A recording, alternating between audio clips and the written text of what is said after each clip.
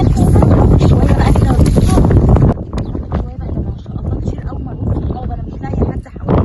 يعني هناخد ايه حبه قبل ما انام. انت بتعملي ايه يا بنتي؟ حتى الكتاب ما شربوش في حاجه.